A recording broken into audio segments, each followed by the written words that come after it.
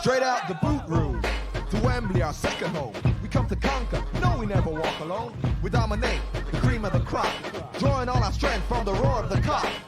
It's all for one, and one for all. Pass a move, we're talking total football. Here we go again, Roy's red machine. Liverpool, the greatest team the world has ever seen.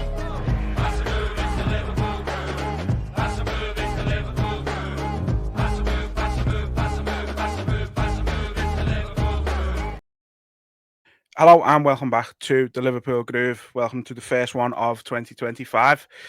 It has been a while. A lot's happened since the last time we were here. Jay got stranded in a foreign country.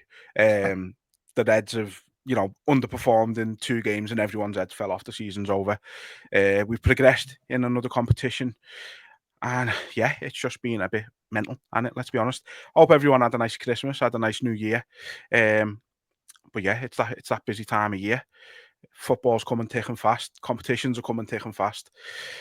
Lots to play for, lots to discuss. So, first and foremost, Jay, nice to see you again. How was Christmas and New Year?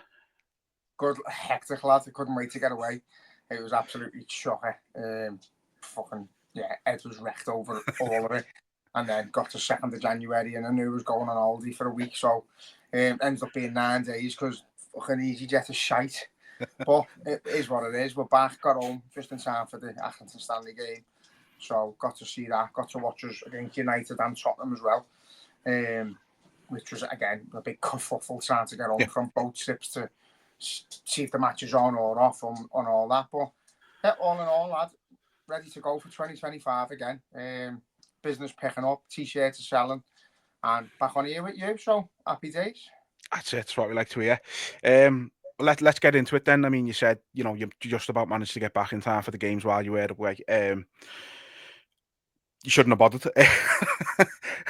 is the short answer. I mean, performance-wise, we were just not unlike we've rarely seen from us this season. Over the course of 90 minutes, I think we've still had games where we've had bad halves. But I think those 2 games, we were just poor over the 90 minutes. I mean, the Tottenham game altogether is one of the worst football watching experiences I've ever had in my life. It was just horrific. Just a really, really low quality game overall, I thought. But the United one, I mean, you got to give credit to them. Sadly, they come with a game plan. They executed it well. They nullified us well. Looked like they were up for it a bit more. And yeah, I say just not really anything we've seen over the full 90 minutes from us this season. Just a little bit lethargic. We look like we lacked energy and an idea, really. Yeah. So you got to give credit to Man United. They did have a game plan. They stuck to it. They did nullify us. They made it hard, and they did seem to battle a bit more than us. I think the fans and the players went into the game expecting a bit of a rollover from United, and it couldn't have been further away from that. They turned up, they battled, they played well. I watched it with a few mixed fans in a bar in Egypt. A few of them were United fans. We had common sense conversations, they said when we done things well, we said when they done things well. And at the end of the game, you agreed that they probably deserved to win it. And we were happy with a point, both of us. So that was just the way the game went. I couldn't really give much credit to Liverpool, but we could have won ourselves, but it wouldn't be against the run of play, really. So I think that last situation in the last minute of time when they should really score, it was a fucking big breath of relief. Do you know what I mean? Something like that could be a big moment in the season for us as well, though, lad. You look at it, you should have probably lost that game, especially in that moment, and then thankfully it falls to Harry Maguire, and you count on your blessings. So it could be a significant moment in our season still, even though we didn't win. Not going to go into that game too much, just because it obviously has happened a little while ago now. But 2 sort of major talking points I seen coming out of the game. The obvious one was Trent's performance. Didn't look like he wanted to be there for me. It was one of them performances he's been accused of in the past, where he's kind of just strolling down the pitch like he's the sort of main man, but he doesn't have to track back. He just wasn't at it that game. And it happens, don't get me wrong. But I said on Twitter, the difference with the likes of him and someone like Andy Robertson when they're having a shit game, and if they're making mistakes, is Andy Robertson's still fucking breaking his neck to get up and down and get back, whereas Trent strolls, and that's the difference. I very rarely lose my rag, lad, and I went all in on him. I did. It knocked me sick. As a local lad, watching him strut around the pitch at Anfield against Man United, not looking focused, not looking like he cared about the game or the result, or making them last-ditch challenges and that. There was none of it. It was fucking piss poor from him. But again, you know, as Arnie Slot said, when he plays well, we don't mention the contracts or people being in his head. When he plays shite, we do. And that's the fickleness of football. I went in harsh on him. I went in hard. I said stuff I meant at that time. And, you know, he scored against West Ham and then he scored against Accrington the other day. And sometimes, you know, he's given like innuendos and symbols. He looks happy. He looks like he's smiling. Looks like he's one of us. And then he performs like that against United, and then he does that against Accrington, and it's just a big mix of where his head's at the minute, I think. But I think it was a bit harsh on him, to be honest. And, you know, hopefully it was just a case of, you know, there's a fucking big, massive European club in for him. His head's gone west a little bit. And that's the end of that. Fingers crossed that it was just a one-off. It was a game that maybe he should not have played in because of all the noise around him.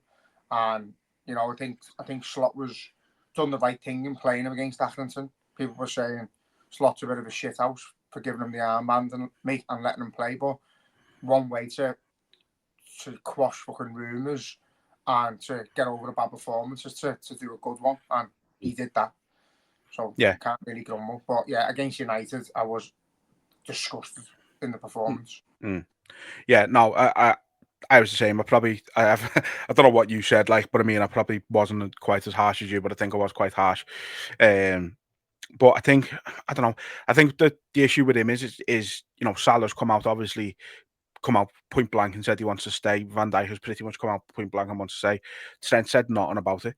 Trent could put a stop to all of this by just saying, if the club want me, I want to stay, kind of thing, and just putting something out there. So, but obviously, I think he's been the one people are worrying about whether he's staying or not since the beginning. I don't think there's been any concerns over Salah or Van Dijk really leaving.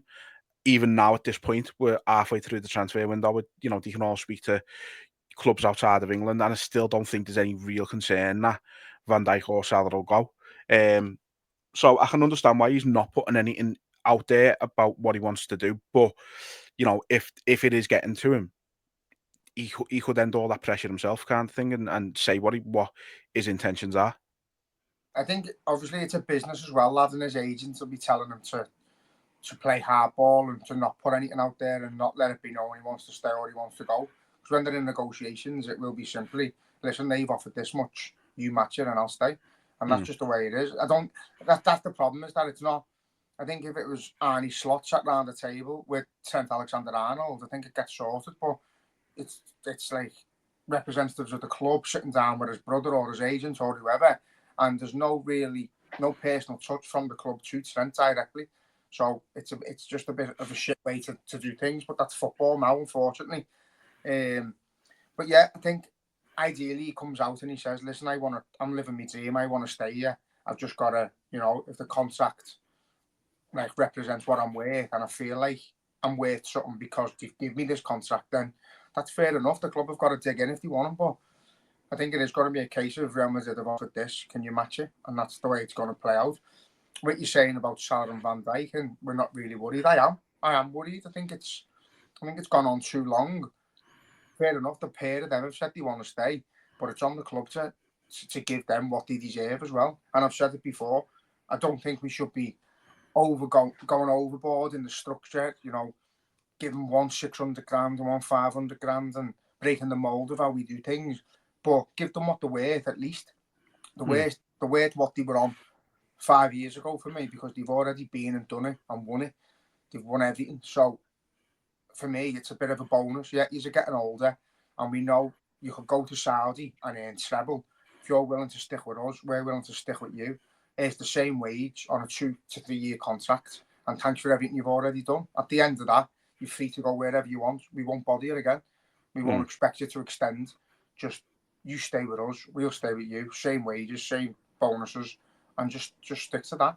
And I've seen someone putting as well about, you know, if you're going to offer Salah or Van Dijk 3 years, give them a 2 year contract, and in the third year, you know, if the numbers are still up there, then it's like you play based on bonuses. If you're still hitting numbers, then you still get the high pay, and it's fair enough, and it secures us and it secures them. But yeah, I just think the way it's all been handled has been piss poor from the club, and I think it's give the players a lot more leeway to barter and negotiate, because it has been shambles from the club itself. But we'll just have to wait and see what happens. Yeah, no, I agree with that. Don't get me wrong, but as I say, me personally, I'm not worried about them two. To be honest, I quietly think there's been something more. I think there's been. I know they've said in the press and that nothing's been agreed. I think there's something already, maybe verbally agreed, maybe not signed, but I think there's some kind of verbal agreement already. To be honest, I just think there's been a few times recently Salah's been asked about it, and he's kind of just said. Obviously, he done the interview with Sky, but I think there was a game before that, might have been the West Ham one. They've asked him about it, and he's just went no with a big smile on his face, kind of thing. There's been a bit of mixed messages with it. It hasn't been as straightforward what he's been saying as much with it recently. But look, yeah, it's a shambles. This whole situation is a shambles. I definitely agree with you on that. Just got to wait and see what happens. I mean, I think what's probably the most annoying thing about it is, we're waiting to get these deals sorted, and then you're seeing all these rumours. Ibrahima Konate is set to sign a new 5-year deal. It's like, now he might have been dead straightforward. We want to offer you a new deal. Is this much a week? Yeah, I'll sign it. It's good and that simple, you know what I mean? But it doesn't look good on the club, and it's like you're securing the future of one of our most important players for years to come. Fabulous, great, but you still can't sort these out. It's like, it looks like the priorities aren't in the right places from the outside looking in. Yeah, I agree, lad. I do agree. I think there's a number of players as well. I think someone put a post out earlier saying, like, there's got 6 strikers there, and I don't know who to get on me grandson's kit, because I don't know who's going to be there next year, because there's rumours of like players coming and going and that. And I just think there's no real security with any of our players at the moment. I don't know what's happening with us. Players are coming up to the end of their contracts coming summer, and then the following summer as well. So I think we need to get everything tied up, see where we are in the summer. But it's got to have Van Dijk and Salah at the very least for me. Yeah, absolutely. Couldn't agree more. I think we've probably got some questions about all of that coming up, so we will probably talk about that more at some point during this. But the other bit that I've seen one or two people, not many, but it stuck out to me because of who it was, and it was a few people saying Alisson hasn't been great since he's come back, and I kind of half agreed with it, not in the sense that he's made any mistakes or done anything necessarily wrong, but it just seems every goal that he concedes at the minute, you're looking at it and going, could he have done better there? Yeah, I agree again. He just looks a little bit rusty. He looks a little bit slower and behind the pace. Even that little incident with Tottenham, where he's slowed the game down, he's turned the player, he's got it back luckily, and then he's passed it straight to them again. Do you know what? They're things he's been doing for years. And I've said all along, if Kelleher does that, there's people scratching their eyeballs out and saying they want him out the team, whereas Alisson gets away with stuff like that because of who he is, because he's world class. Again, I think it's just a difficult situation because Kelleher has come in and done really well, made one mistake against Newcastle, and that come at the right time for an Arnie Slot point of view. He was always going to just put Alisson straight back in anyway. That's sort of give him the reason. But yeah, I think it's just a situation where it's taking a bit of time. We're not playing with our strongest defence at the moment. You've got obviously Robbo struggling a little bit. The 2 centre-half pairings not the same every week, and then you've got Trent doesn't defend at all. So I think we are just a bit more exposed, and he's getting asked to do a bit more than usual at this moment in time. And I think it's a bit tiring for him as well, being under the cosh a bit more. But it's Alisson Becker. He'll come good again, lad, and he'll start being the confident Alisson that we know. Yeah, no doubt about it. Absolutely, yeah. No, we're still the best in the world, but no, it is. Yeah, it's just one of them, innit? Like, keeper's not going to save every single shot. It's just one of them. I think you're looking at the Martinez goal that he conceded, and it's like his near post, but like he's hit that perfect. Like that's a once in a lifetime shot from him. Yeah, it's just, as I say, I don't think it's a major issue. I think it's just one thing, because you don't really see much criticism of Alisson out there, that when you see some, it kind of just sticks with you. You know what I mean? Yeah. So I think, on to that Martinez one. That's just as well it didn't hit him, because it's breaking his wrist if it does. His hand floating in the air. Yeah. So if it hits his arm, he's goosed. Yeah, definitely. As I say, we weren't going to cover the United game too much. So on to Tottenham League Cup. Again, like I said before, very, very low quality game from both teams. Don't think there was much in it at all. Their keeper's performance is getting like wildly over exaggerated. I think he looked good with his feet, but I mean, in terms of actual goalkeeping, I don't think we really give him much to do. Except for that one Darwin Núñez shot where he's somehow been facing the opposite way and nearly scored. In standard Darwin Núñez fashion, in fairness. Yeah, I say we didn't do anything of real significance in the game, I don't think. Don't think we deserved to lose it. But certainly didn't deserve to win it. Obviously, the big talking point, Lucas Bergvall getting the winner. And this has been a fun debate this week. But should he have been on the pitch? What's your view on the whole situation? Should have had a red card, but doesn't matter who was in that position to score that goal. Someone would have been there regardless. So it doesn't really matter to me. If it wasn't him, if he was sent off, then someone's still in that position to put that ball in the net. So it's just it was a poor defending from Liverpool, and there's no two ways about it. I just think with 10 men, should they actually attack like the way they did, or did they try and cling on for a 0-0? They probably do, because it's Ange. I know. So I say I don't think it made a big effect to the game. He's obviously put the ball in the net, and he shouldn't have been on the pitch, but it was our own doing, to be fair. They scored because we defended poorly, and it's as simple as that. He's been able to pass the ball into the back of our net with no real challenge on him. So we deserve to lose for that alone. But I agree with you. We didn't really do anything to win, but we didn't deserve to lose in terms of Tottenham's performance. They didn't batter us. Just a lackluster game. It looked like a game where neither of us wanted to waste too much energy. And again, we go into a second leg at Anfield, and I think we'll put 3 past them. All being well. It's one of them. Well, that's what I said on the night, similar to what you've just said there. Is it felt to me like our performance was like, let's just get out of here with a draw, and we know we'll smash them at our place. That's exactly what it felt like. So yeah, it's just one of them. I thought Endo was very good in the game when he come on, and yesterday as well. Endo at centre back is becoming a bit of a thing. Hopefully it's not going to need to be a thing too much longer, because as good as he's been there, I'd rather have him as a body in midfield. But it's a nice other option to have. It's Endo for you, lad. He's just versatile. I think you could put him in goal and he'd do a job. He's a keen, hungry player that just accepts his role as the man to fill in gaps, and at the minute he's doing it. He's doing it well. Never had a doubt that he could perform well, because what we've seen from him so far, he's really had a bad game.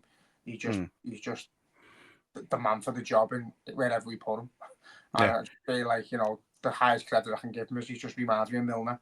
You can put him anywhere. He doesn't kick up a fuss, doesn't moan. He's just happy to be on the pitch with his little gum shield, and you just buzzing for him. So yeah, again, players like him are pivotal to any success you have, because when the boat rocks a little bit, you can rely on them. And he's coming in, he's doing a great job as always. Yeah. For the goal, I just want to quickly circle back to that as well. I thought Konate was atrocious for it. But I think when he come on, he didn't look ready at all. Like, I don't think he won a single duel when he come on, or at least I can't remember him winning one. It didn't look good in the air, just looked well off it. Like, I thought it was a poor decision to bring him on, to be honest, in the end. He looked frightened. He looked like he couldn't deal with the occasion, and it wasn't even that big of an occasion. No, it's not. You'd swear we threw him on a Champions League final with half a leg. He just looked panicked, and every time I seen his face, I thought, fucking, what's he seen that we can't see? There's some sort of demon roaming this pitch with us, because he's fucking shitting himself. But yeah, it was too soon. He shouldn't have been involved, and I don't know why we done it. I don't know whether them little minutes make a massive difference in terms of going forward. But yeah, he didn't play well when he came on, and I thought it was a stupid thing to do. But you know, we know how good he can be and how good he will be again. It's just we need to try and get the same back five week in, week out now. And Yeah. I know Slot's rotated the full backs, and you know he's rotating the centre half through necessity really. But we need to try to get the back five the same and just keep it as it is for as long as we can, because that's what you need. You need confidence in each other, and you don't get that without playing a lot of games together. Yeah, I agree. I mean, speaking of the back five, and obviously you mentioned it before, the centre back pairing is changing all the time. We've mentioned the Endo needing to play centre back. Obviously, you've been having a wonderful discussion with a lovely negative individual this afternoon. He wants everyone dead. Who just, yeah, he seems to be one of them who wants us to fail so we can say, I told you so. Helmet to the highest order. And I'll even unblock him after this because I've got him blocked at the minute. I'm going to unblock him just so we can hear me call him a helmet. Because that's exactly what he is. But he's obviously saying, oh, I can't even remember half it, but he's going on about needing 17 signings and needing fucking Arne Slot to have Ed and needing fucking Jurgen Klopp to grow his beard. But I don't know. He's just going, whatever negative thing he can come up with, he'll say it. And he's one of them people who never comments on the positive things. Like, he's not asked that we're top of the league and top of the Champions League and in the semi-final of the League Cup and in the next round the FA Cup. He's more asked that fucking, you know, Alisson broke a fingernail 3 weeks ago. Just the absolute helmet at the highest order. But the one thing I will say is he did have a point. I do feel like at the very, very least in this window, we could do with another centre-back. I think it's just with the way Kanate gets injured, with the way Gomez has been unlucky with injuries. Again, like I said, as good as Endo has been performing there, I'd rather have him as a body in midfield. Quansah hasn't been performing at the same level he was last season. It's really only been Van Dijk consistently for us this season, and I do think we probably could do with another body in the back there. I agree, yeah. I agree. So the person you're talking about is Aled Hughes, who claims he goes to match. I don't know where he's from. I assume Wales because his name's Aled. That's about it. But yeah, he's basically saying that the exact same thing is going to happen this season that happened last season. The signs are already there. We're already starting to fail and falter because we've lost to Tottenham and we've lost to Nottingham Forest. It's happening earlier, and we're doomed to fail if we don't sign everyone in January. We need to sell Nunes. We need to get in a world-class striker in January. We need to get a centre mid in January. We need to get a left back in January. And we need to get a centre back in January. Or we're going to lose everything. We're going to end up trophyless, and he's going to tell us he told us so. So to live your life like that, mate, if you're listening, go to Samaritans, get out, and fucking go to doctors, do whatever you need to do to stop being so miserable. He told me you can't dream anymore because you dream when you're a kid, and you have to look at football as a realistic person. This realistic person is telling us he can predict the future and that we're destined to fail. This team who is 6 points top of the league with a game in hand, who was in every cup competition, who was the leaders of the European competition, and is showing no sign of faltering, really. So, yeah, on that note, yeah, I think we do need a little bit of cover. Quansah, as you say, isn't at the level that he's been at. I think to throw him in big games could be partly disastrous if he is to have one of his little blips. I think it could ruin his confidence, and you don't want to see that. You want to put him in slowly, gently, ease him back into the fold, and he'll come good again. The talent's all there. Gomez injured. I'm not sure how long for. Hopefully not too long. I know it was hamstring. I think on FOTMOB it says like start of Feb, so hopefully not too long. But again, it's how quick do you bring him back after that? It's hamstrings are always a difficult one to manage, I think. Yeah, and then you've got obviously Kanate, who's gets knocks here and there. The only one's Van Dijk, and if he gets a knock, then we are partly goosed. We can't rely on a centre mid to play centre half for the second half of the season. So yeah, if we can get anyone, but I also understand from a business point of view, you don't just go and get a body. Like that Aled is moaning that we brought in Stephen Cork, we brought in Davies, we brought in Kabak, but they're what was available when we needed the centre half. You can't just go and get £100 million centre half in January all the time. You know what I mean? Can't go and get the best players in the world in January because they're not available. It's that simple. If they were, we'd do it. going on about strikers. Should we go and get Isaac? And Newcastle are going to let Isaac go in January? Hardy fuck. It's not like you can just offer a figure and they go, oh yeah, sound. It doesn't work like that. You're going to derail another team's season just because you want to, because you play footy manager. It's pathetic. It's the most. And that's the thing. You look at other teams who they buy from in January, and it's teams who, benefit from the sale as well. City are buying a centre back from I'm not sure which team it is, but a French team. They're paying 40 million for him. That funds half their summer. Like, it's a no-brainer for that team. Obviously, they don't want to lose the player, but that makes sense for them. Tottenham bought this new keeper from Slavia Prague or Sparta Prague, one of them, I'm not sure which one. But it's like, again, they probably paid 10, 12 million for him. In that league, that's going to go a long way. Like, but these people are expecting, like you say, us to throw in a bid of Isak at Newcastle, who've got 50 fucking times the money we have, who don't need to sell him, and expecting them to go, oh, well, you know what, it's Liverpool. Let's just say, yeah, shall we? Exactly. It's not going to happen. This isn't an Andy Carroll situation, which obviously was a panic buy under the circumstances at the time, but they're not the same club that they were at that time. They don't need to accept, except for PSR. If PSR didn't exist, Newcastle wouldn't have to accept a bid for a player ever again. Exactly. The thing is, obviously, there's players available. There's players meant to be wanting to go. So the likes of the centre half for Palace. If we were to put a decent bid in for him and offer him a decent contract, it could be a sale that could go ahead. But you'd have to pay double because it's January, because he's playing every week for them. It doesn't work. It's not that easy.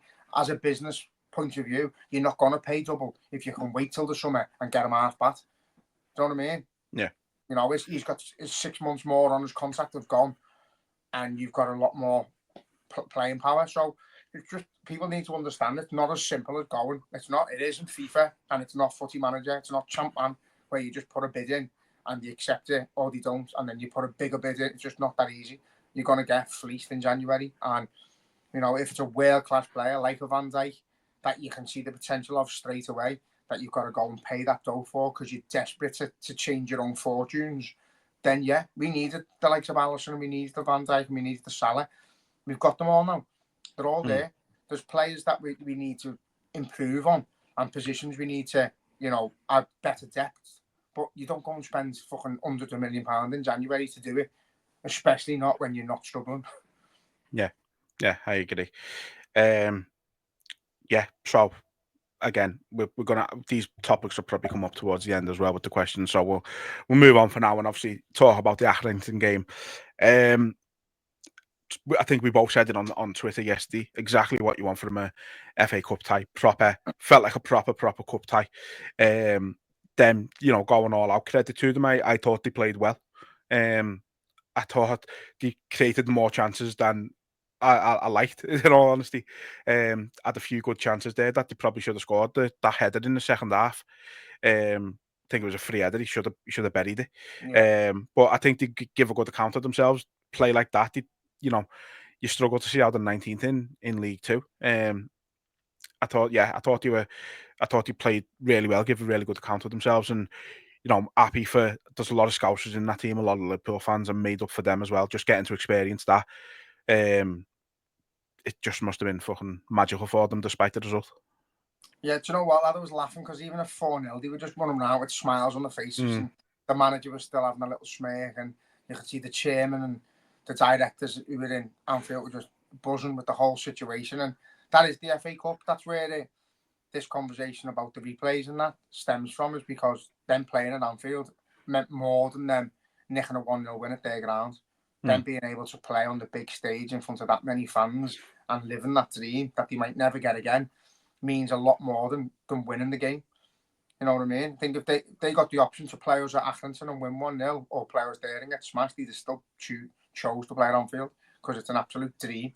But yeah, the way they handled themselves, the way they conducted themselves, the whole respect between the two clubs was exactly what you'd want. Their fans were brilliant.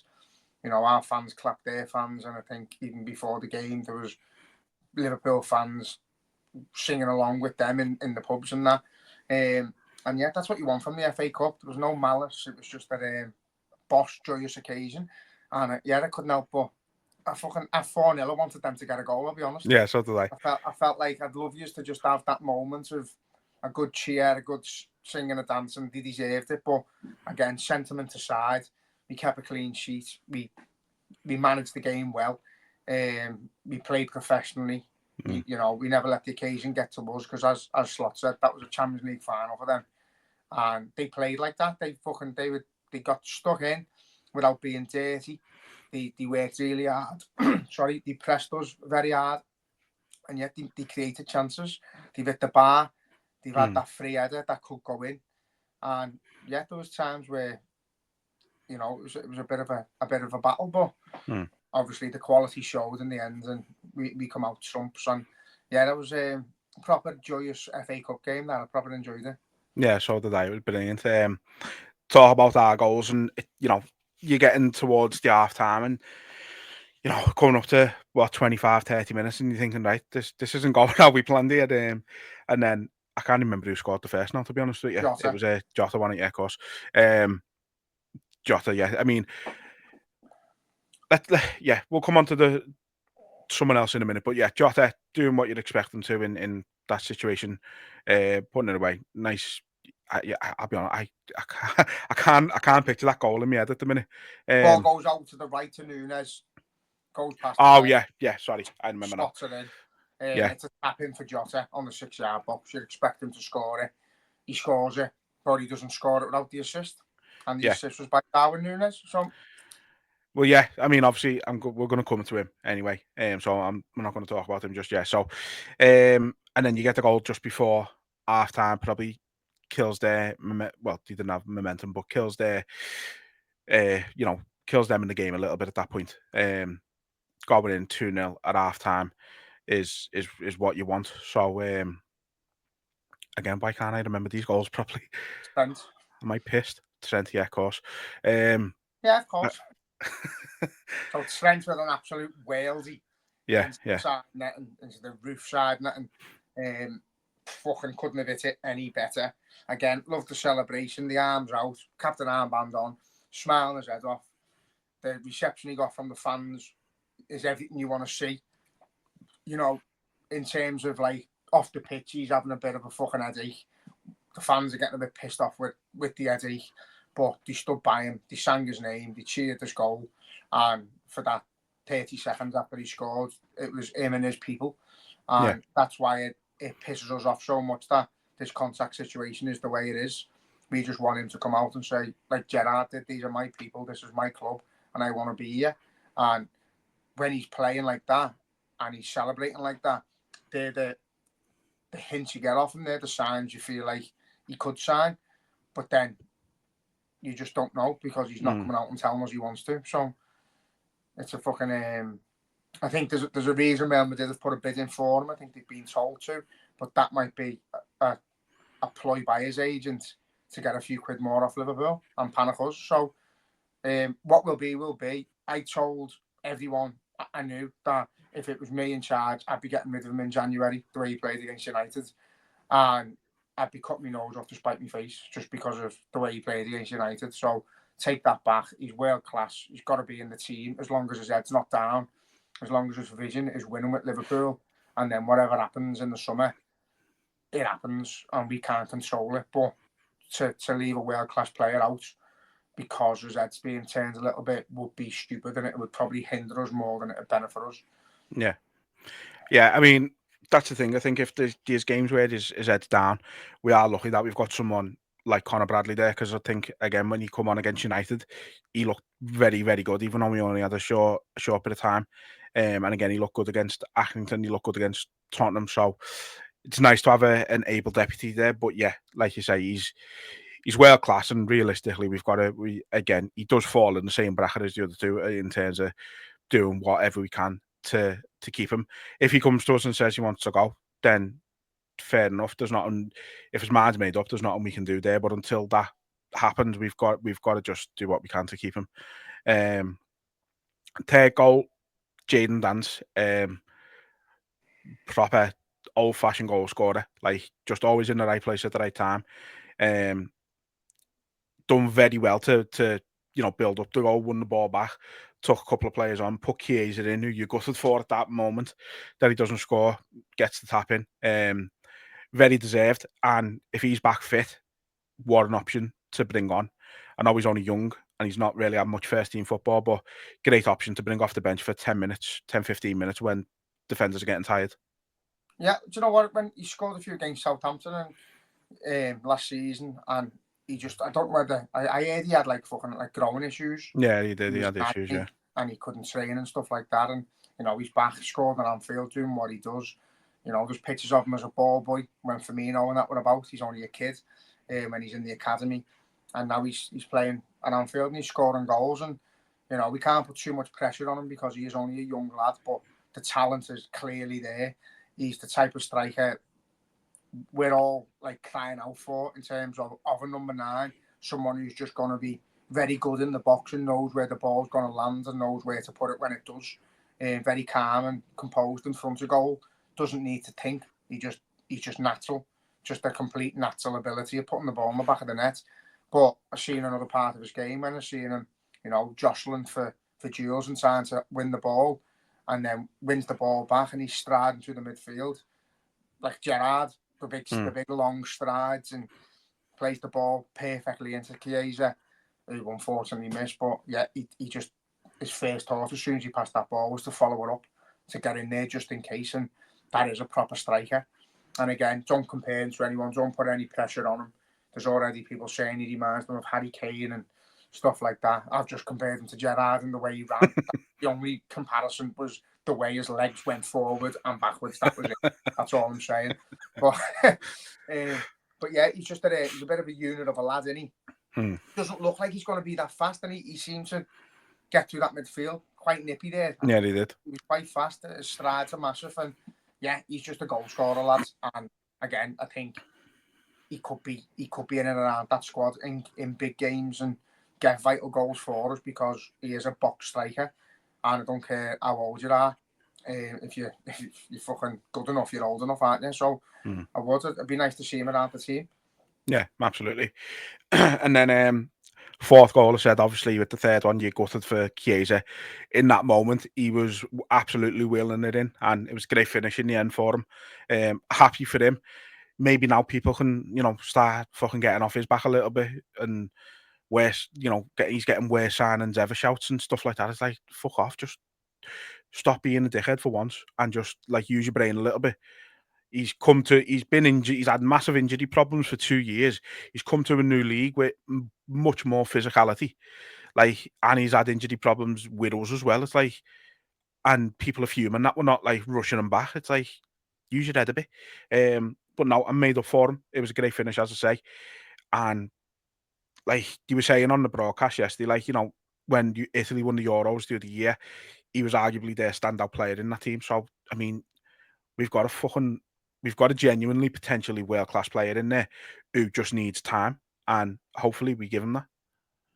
Yeah, I agree with you, lad. I don't know why people are writing him off because he's been injured. Are the same players who used to fucking love Thiago and melt when Thiago touched the ball.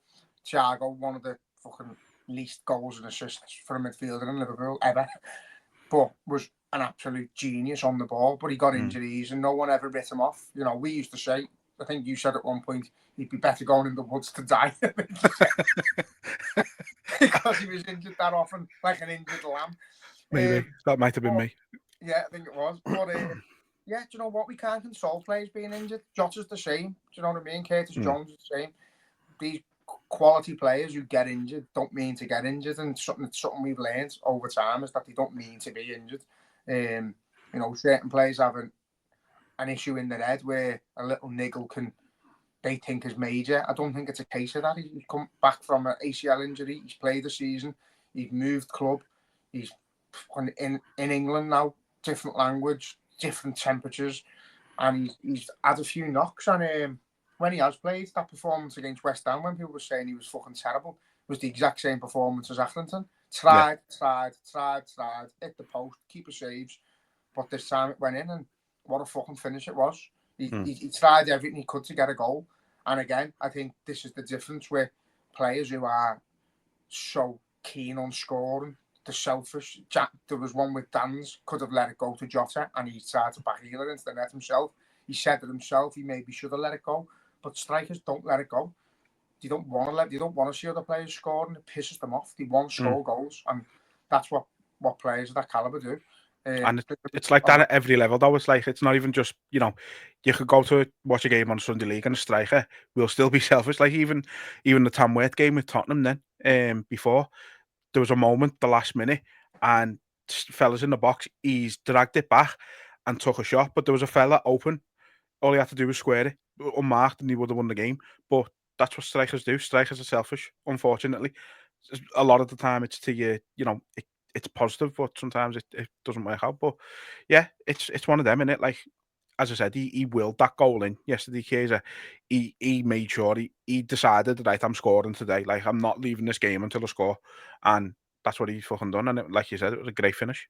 Yeah, it was a well-deserved goal because he did strike. There was 2 or 3 times where he cut in, and if he lays it off, he got a shot off, but he shot and it's been blocked, and you're out thinking greedy bastard, but he was desperate for that goal, and he worked that hard. He got one, and the goal he got was fantastic. So again, great option to have. He's not going to be starting games yet because he's not match fit. He is available for 20, 30 minutes, but what a player to bring on. Yeah, absolutely.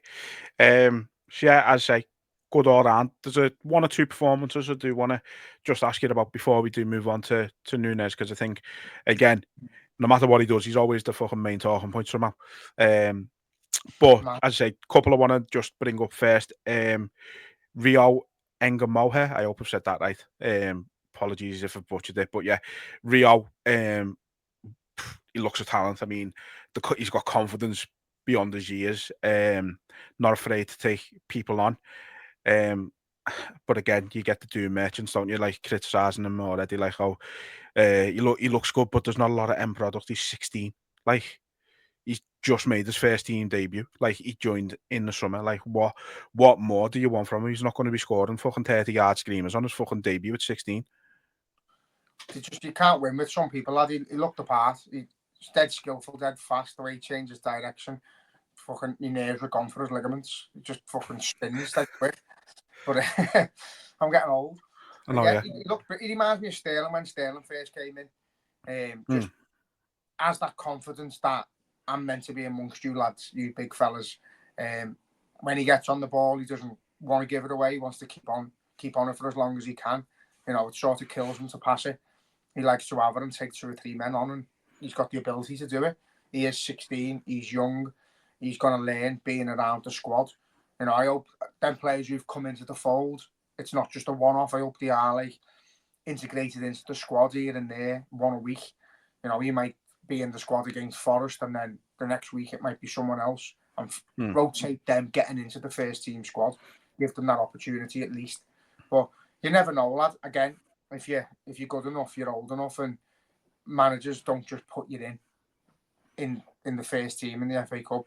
Not in a squad that strong, where he has played half of his first team, and you're starting. So he's obviously believes he's got the talent to be in and around the squad already. He's seen something he likes, and again, looking forward to seeing him again, because he looks like one of them players that's going to get you out your seat. And I've just got that feeling that he could be one of them where as soon as he gets on the ball, the stadium stands up, and you can't wait to see what he does with it. Yeah, you did. You sort of felt the atmosphere in the game change every time he got the ball. You sort of everyone sort of braced themselves for him to do something every time he got the ball, and that's a great sign for a player like even at that young age. And yeah, I agree. It does remind you of Sterling, that tricky winger, full of confidence. As like you said, in his mind, he probably believes he's the best player on the pitch there already, and that's what you've got to have to make it in the professional game. So, looking forward to seeing more of him. Hopefully, it's not the last time we see him this season. And yeah, he looked good. Another one who always looks good when he plays, and I'd like to see him get a bit more involvement in the first team in proper games, is Tyler Morton. Proper tidy player in the midfield, just always calm. He's great on the ball. He's sort of got that. He's got that ability on the ball to bring himself out of trouble, sort of like Gravenberch has. He's such a smart player, such a tidy player, and I'm very surprised he doesn't get. I'm not saying I want him to start in the Premier League or anything like that, but he's on the bench pretty much most weeks. Bring him on. Like, he could certainly do a job. I think he's a very, very tardy player. I agree, lad. Yeah, I think you're going to see similar to him with what happened years ago when Julio was manager and that. And you're seeing the likes of your Gerrards and that getting put on. It's gonna take time. You know, you've got Roy Evans and Julio, and I think Souness gave Fowler his debut, didn't he? You've got to see them in staying for a long period of time, and then make the right choice with them. He's done absolutely nothing wrong against Accrington. He hasn't done anything wrong when he's played, but then it's a massive step up to them to just get him in the team. So I think you are going to see a point where he comes on for 5 minutes in the league, and then 10 minutes, and then 15, and then eventually it's going to be that here's your start, lad. Go and do your thing. He's definitely good enough to play for Liverpool. He's definitely got the quality and the charisma. You know, he doesn't make a big song and dance about things. He just, he's there. And my dad said the same about him, and Conor Bradley as well. Like Gerrard, you knew which player was Gerrard on the pitch from no matter the distance the camera's on. You know by the way they move who he is, who that is. And he said it's the exact same with them too. You can tell that that's Tyler Morton. You can tell that that's Bradley straight away. It helps that the fucking numbers and shit, names on the back. No, but you know, like from a distance when the camera's eye up and it's like the fucking basically shadows. Yeah. You can tell by the demeanour and how they walk and strut around and that who's who. And I think you can. I think they've got that little bit of quality about them where they feel like they're meant to be there. Conor Bradley especially. He just has this little smirky, trotty fucking thing about him where he thinks he's the best player, and at one point he could be right. Yeah, no, I agree. Yeah, it's a learning curve. Obviously, he's got to be integrated better. He's had 2 really good loans out in the Championship. And, a lot of people were surprised at the start of the season that we were loaning Bajcetic out and keeping Morton. I think a lot of people expected it to be the other way around. But like I said at the time, that makes more sense. Bajcetic was just coming back off a long injury. And Morton had, like I just said, 2 good loan spells out in consecutive seasons. So it made more sense to me. But yeah, a bit surprised we haven't seen more of him, but hope we do. As I say, never let us down when he plays. And again, it's just another body that we can utilize and potentially give more important players a bit of a rest, a longer rest.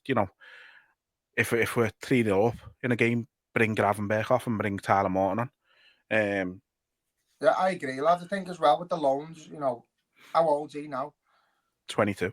22. So you're in that age now where you like Curtis Jones was when it's like make or break. You've got to start getting them minutes and getting them games for the first team, or you are going to be looking to go. If you're getting loans for your 3rd season on the bounce when you're in and around the first team, I think your head's going to go a little bit. So credit to Arnie Slot for keeping him. I think he's done the right thing. I think he's going to assess his ability based on what he's doing in first team training. And, I think we will see him a lot more as the season goes on. A lot of competitions to play, a lot of games to play. And again, he's not just a body. I think he is a really talented player that does a job whenever he plays. Obviously, we need to see him against our level a bit more. But, yeah, I've got no issues. If we played against, say, for instance, Nottingham Forest and he was on the bench and he'd come on it with half an hour to go at 0-0, I wouldn't be fucking kicking and screaming going, what the manager's doing. I'd be pretty confident he was going to do a similar job to whoever's come off. So, yeah, that's credit to him. He handles himself well. And again, the same as all of them. Jayden Danns, when he speaks, he's just looks like a fan who's just so excited to get the minutes and get the chances. And long may it continue where they all got to go. Yeah, absolutely. As I mentioned, we'll try and not take up too much time on Darwin Núñez, but again, he seems to be the talking point no matter what he does. Overall, I thought he played well yesterday. There was a few chances where he's panicked a bit. Not even panicked, he's just rushed and he's just not thought about the shot, which we know he does. Which is a shame because I think he's had a couple of fairly straightforward opportunities in front of goal, in all honesty. But I think overall his performance, he was working hard, he was defending well, he got the assist, he was, he was moving play forward. I think, yeah, it's a tough one, isn't it? Because obviously we brought him in as a number 9, we paid a lot of money for him, which isn't his fault, but we paid a lot of money for him. He's lit the Portuguese league up, scored 40 goals the season before we bought him. And then now he's on 4 goals for the season. His head never drops. He gives 100% no matter what. But has there got to become a time where you've got to just say to him, look, it's just not working?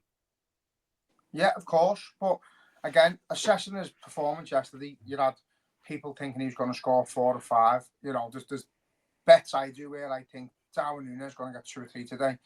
And because he's got that ability to do it. I just don't think he's a striker. I just don't think he hasn't got the same calmness as a Jadon Danns or a Jota in front of goal. He's rash, he's raw. If he's got time to think about it, he fucks it up more often than not. I don't think he's a number 9. We signed him as a left forward for Benfica. He tore us apart on the wing. He cuts in, he shoots with his right foot. He's brilliant at it. We're not utilising him to his strengths. I think last season he played a lot more on the left and Jota was through the middle. Salah was on the right. And the partnership was brilliant. Núñez's game last season started going downhill when Jota got injured. Same this season. He started the season pretty well. And then Jota went out the fold and Núñez went to shit. Salah said himself, the one player he wants to play with is Núñez. There's a reason for it. He's taken up, for me, the Firmino role a little bit, where he's not interested himself in getting the goals. He gets a few assists, he sets up play, and he's not in the positions to be scoring at this moment.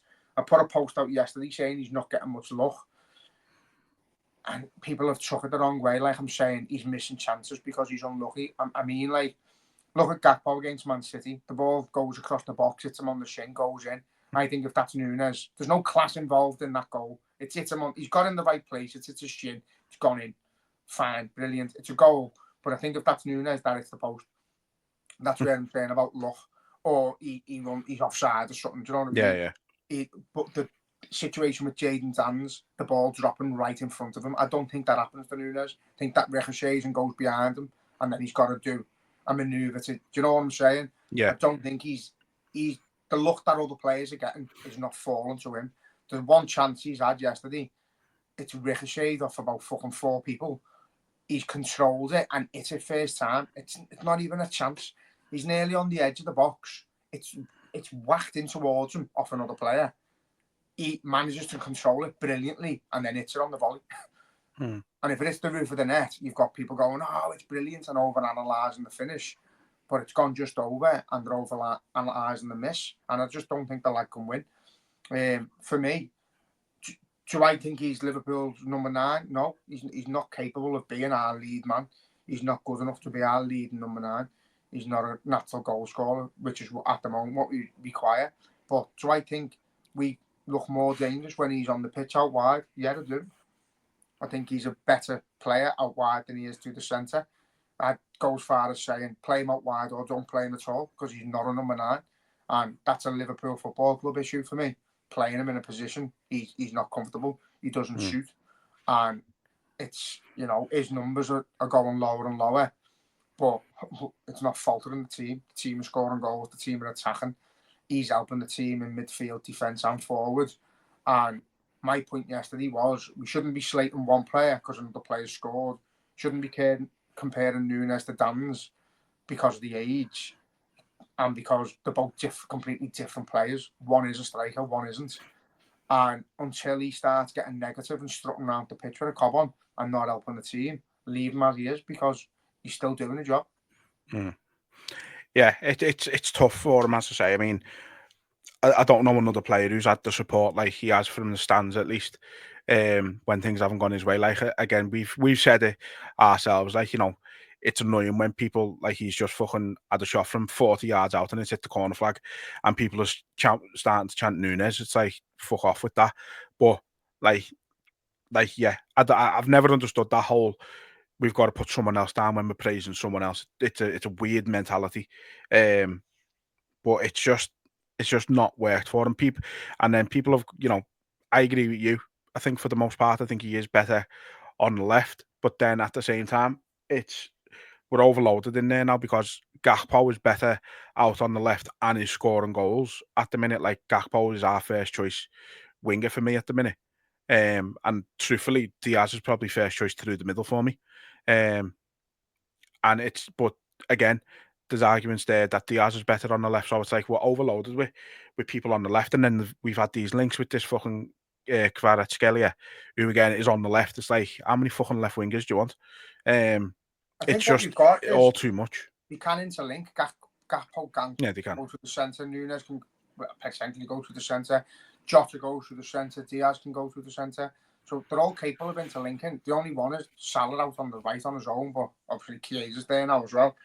Yeah, we don't need to sign any forwards whatsoever. I don't know what. I think we just link ourselves to players for whatever reason, to show willing in the market or whatever. But no, I think Nunes is like, if you're losing 1-0 and you're starting to get a grip of the game and you're starting to cause murder, you throw Nunes on and you don't know how to defend him when he plays out wide. And I think, as far as saying, you can just hit the ball to that corner, and 9 times out of 10, Nunes is going to be the one who ends up with the ball.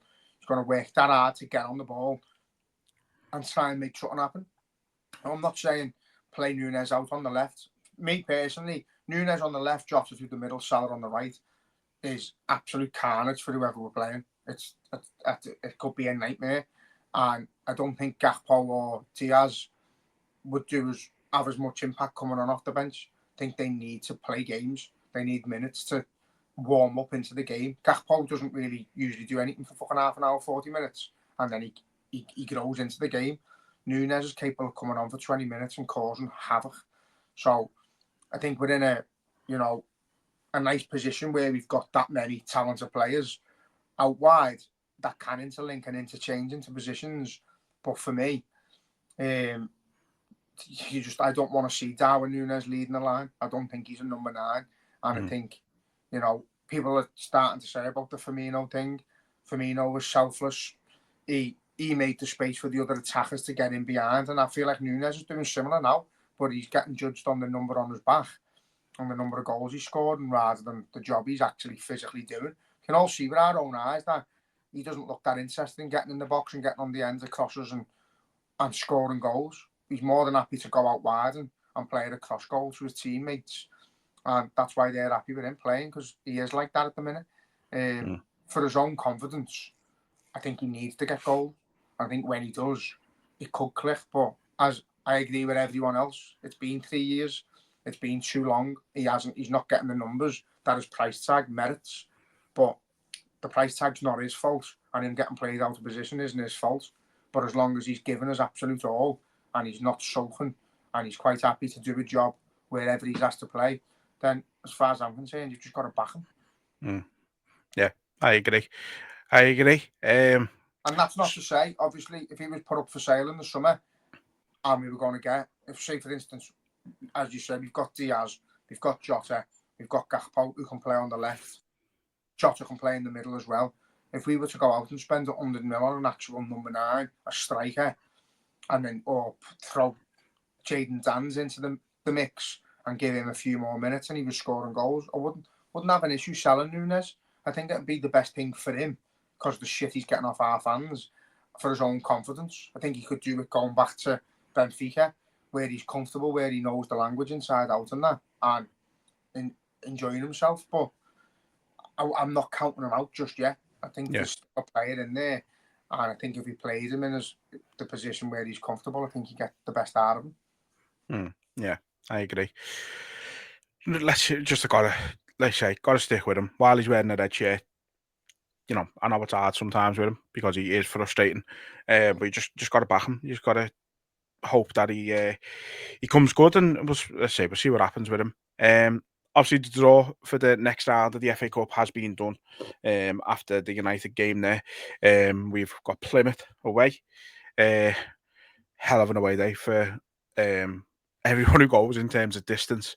It's going to be a bastard of a journey, that. But just a shame Wayne Rooney isn't still the manager, because that would have been a nice, easy day for us, that, Fucking hell. Yeah. But no, it's what you want. You want a proper FA Cup tie, don't you? And you're going to get one with that championship. So it's certainly on paper, at least anyway, they're certainly a better team than Accrington. Who are they? Exactly. But yeah, no, I'd say good day out for the fans. And yeah, I'm looking forward to it. Should be a good game. I just didn't want a big team early on. I just want a cup run. I want to, play them and then get a lesser team, and hopefully we can get to another semi-final, final, see where it takes us. I know you've got to play the best and beat the best. I think that's what the Champions League's for. We've shown we can do that. But yeah, Plymouth, proper cup tie, be good. Be a fucking nightmare for the fans travelling. And no doubt it'll probably be midweek, make it even fucking worse. Yeah, but, fucking hell. Yeah, I think it's a proper cup tie. That's what it's all about. And this weekend felt like the FA Cup magic came back a little bit. Even that United Arsenal game felt like a big game. United. I didn't even know who wanted to win. I hate. No, I was the same. I fucking can't stand Arteta. Can't stand Fernandes. Fucking despise Man United. But Arsenal have got this arrogance that they're this big cup winning side that merit trophies, and they're just not. So to be honest, I was quite happy that United won that. It was another big team dropping out of the cup, and fucking hell, the chance of playing Manchester United in the cup just it excites me because it's them. And I've had this conversation with people before where we've discussed who you rate the most and who you see. I hate teams based on the relevance. So like my dad absolutely despises Everton and Man United. Like you can't have a conversation without him mentioning it. But I'm at the point where like if you could relegate Man City and go back to it being like Liverpool, Arsenal, Man United as the top teams, I'd rather have that rivalry back where you were fucking a bit fearful to play them because it felt like a big game. Do you know what I mean? Yeah. So yeah, the thought of getting them in the later stage of the FA Cup is exciting. So, and I can't bear Arsenal. So yeah, it's a great cup competition, and I'm glad our manager's taking it so seriously so early. Yeah. Hopefully, it's nice, isn't it? Against Plymouth. It's nice. So to round off, then we only got questions off 2 people, but they have both give us 4 each. So, do you want to start with your little Jedi, or do you want to start with Kev? Well, Alan's asked a few as well. All right, okay. I haven't seen any of that. So, Alan asked, are we going to be delighted when the 3 players walk away for free in the summer? No, we won't. We'll be devastated. What a stupid question. Are we going to be delighted when we don't win any trophies this season because we didn't sign anyone in January? No, we'd be absolutely devastated. But I don't think it would be because we didn't sign anyone in January. What else has he asked? Do we think we need a left back in the summer? Yeah. There's that one answered. Do we need a centre back now? Probably, yeah. Probably, yeah. Do we need that one answered? Centre mid in case Gravenberg dies? Yeah. That's it, really, I think. So there's Alan's out the way. So, thanks, Alan. Yeah, fucking what a load of nonsense. So yeah, as I say, we can start with your little Jedi's ones, or we can start with Kev's ones. Mix them up. Okay.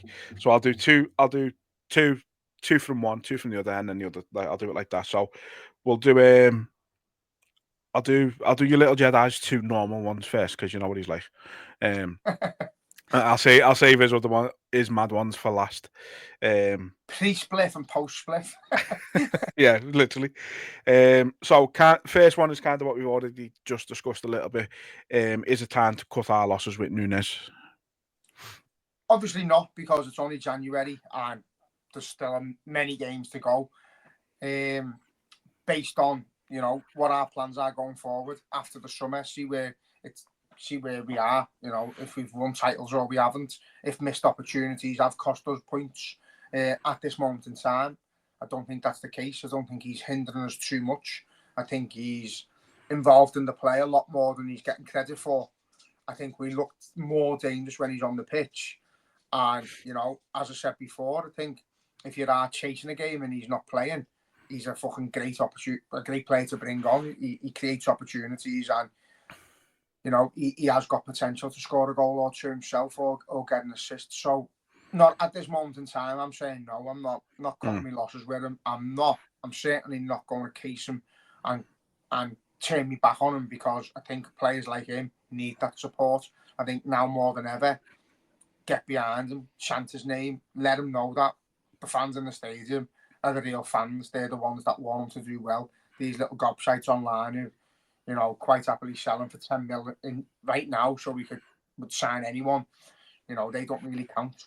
And as far as I'm concerned, as I said earlier, as long as he's putting us all in for that shirt, you know, he's putting us shifting in defence, in midfield, he's tracking back, he's working his arse off. And yeah, anyone can work their arse off, as the saying, and anyone can work hard. You've got to be good enough. But he's doing a role, like, he works a lot harder than most of the players on the pitch, and he's doing it at a time he's really struggling. You know, his confidence is down, his goals, his assists is down, and he's still giving us all. So until that changes, then I haven't got an issue with it. Yeah, I think I'm pretty much in the same camp as you. Like right now, no. I think selling anyone is just not good in January, in all honesty. And I think you just got to wait and see what it's like in the summer. You know, not that I expect it to happen, but he could go on a run where he scores fucking 20 goals in the second half of the season. And then everyone will change, and then everyone will be like, right, well, maybe we're wrong about him then. So you just got to wait and see how the rest of the season pans out. If the right offer comes in for him, would I say no to it? No, I wouldn't. But I think you could probably say that about a fairly large portion of the squad. There's only sort of, let's say, 6 or 7 players who you'd be like, I'm not selling under any circumstances, kind of thing. I think every player has got the price. And if someone wants to come in and sort of give us 50 million for him in the summer, I don't think the club would turn that down, and I don't think any fan would really grumble at it, even if he did have a fantastic end to the season. I think everyone would kind of go, you know what, it's good money for him. We've got what we could out of him. It hasn't quite worked out. Best of luck, kind of thing. And I think, as I say, just got to wait and see how the rest of the season pans out, really, before you can make a real judgment. Yeah, and I also think, like, obviously, I think it'd be a shame because of the way he has put in and the effort he's given the shirt and the badge and the fans, you know, the relationship he's got with us as well. If we were to go on and be successful in trophies, you know, and he missed out on that, I think it'd be a shame because he's put everything in. He's part of this team that's top of the league. He's had big parts to play in games where we've won or we've just scraped over the line, and he's very much part of the team. So yeah, I think he deserves whatever success we might get. He deserves to be part of it. He deserves to be here till the end of the season at the very least. And as you say there, lad, if a big offer came in or a decent offer, and he, you know, he'll know more than anyone if he thinks his time's done at Liverpool. If it's just a level too much for him, he'll know more than anyone. And I think he'll go to any other league in the world and absolutely strive. And I'd love to see that. I'd wish him nothing but the best. But I'd only let him go on the basis that we did go and sign a number 9, a proper player for big money, who is proven. Yeah, couldn't agree more. So his next normal one, although it is a bit of a paragraph, but it is normal for him at least anyway. I've seen you both at loggerheads with the earheads over signings. Is there any part of you that can understand their frustrations? They do be acting like petulant children 99.9% of the time, and they always have their head in the clouds. But I personally think we could definitely do with adding to the squad for depth, if nothing else. The E-Reds, I love that, you know. Yeah, do you know what? Do you know if it weren't so relentless and it weren't so fucking constant after games we've won and stuff like that, then I'd sit down, I'd quite happily entertain the conversations. If someone come forward with this player, and this player is available for this much, 100%, why aren't we going for them? Then I'd be the same boat. I'd be saying, listen, he's available. Why we need that position covering? Why aren't we doing the business? Why aren't we trying? Why aren't we showing that we want to try and get these players in and strengthen the squad? But my question to all of them is, you tell me who's available, how much they're worth in January.